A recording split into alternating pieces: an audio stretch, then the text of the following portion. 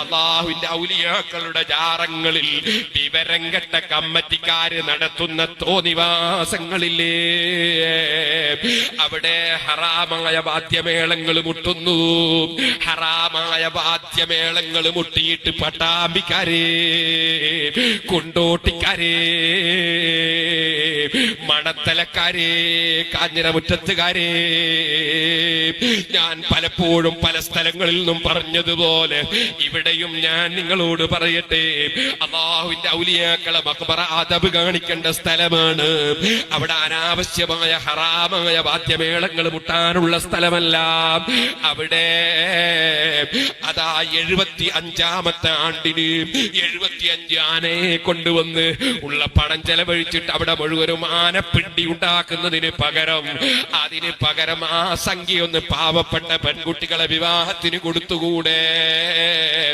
എന്തിനാണ് ഈ 75 ആന?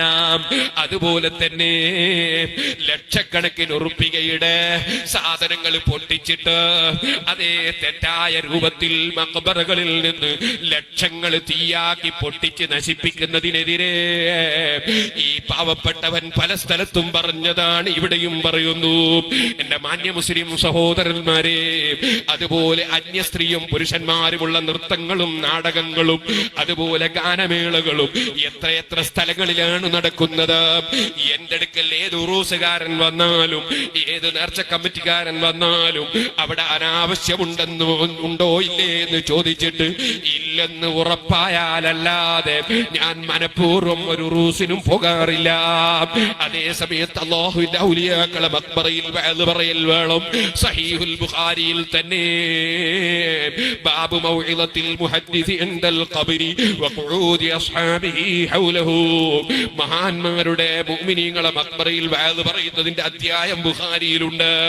ഞങ്ങൾ അതുകൊണ്ട് തന്നെ ഉള്ളാളത്തെ ഉറൂസിലും അതുപോലെ അവേലത്ത് തങ്ങളെ ഉറൂസിനുമൊക്കെ വഅദ് പറയാറുണ്ട്. പരിശുദ്ധ ഖുർആൻ മഖ്ബറകളിൽ ഓതുന്നത് സുന്നത്താണെന്ന് ഇമാം ശാഫിഈ പറഞ്ഞിട്ടുണ്ട്. അതിന് തെളിവുണ്ട്. അതുകൊണ്ട് മഖ്ബറയിൽ ഖുർആൻ ഓതുന്ന ഉറൂസിനും ആണ്ട് നേർച്ചക്കും നമ്മൾ അനുകൂലമാണ്. അതുപോലെ മഖ്ബറയിൽ കിടക്കുന്നവരുടെ പേരിൽ അന്നദാനം ചെയ്യുന്നത് അത് ഇസ്ലാമിൽ വളരെ പുണ്യമുള്ള സുന്നത്താണ്. അന്നദാനം അതിന് നമ്മൾ അനുകൂലമാണ്. സലാത്തിനും ദിക്റിനും അനുകൂലമാണ്. ആണും പെണ്ണും ഇടകലർന്നുള്ള ഗാനമേളകളും അല്ലാത്ത സംഗതികളും തെറ്റായ കാര്യങ്ങളെ മുഴുവനും എവിടെയും ശക്തിയുക്തം എതിർത്തിട്ടുണ്ട്. ഇവിടെയും എതിർക്കുന്നു. മരിക്കുന്നത് വരെ എതിർക്കുകയും ചെയ്യും. അവിടെ ആളുകളെ നോക്കാറില്ല, കമ്മിറ്റിക്കാരെ നോക്കാറില്ല.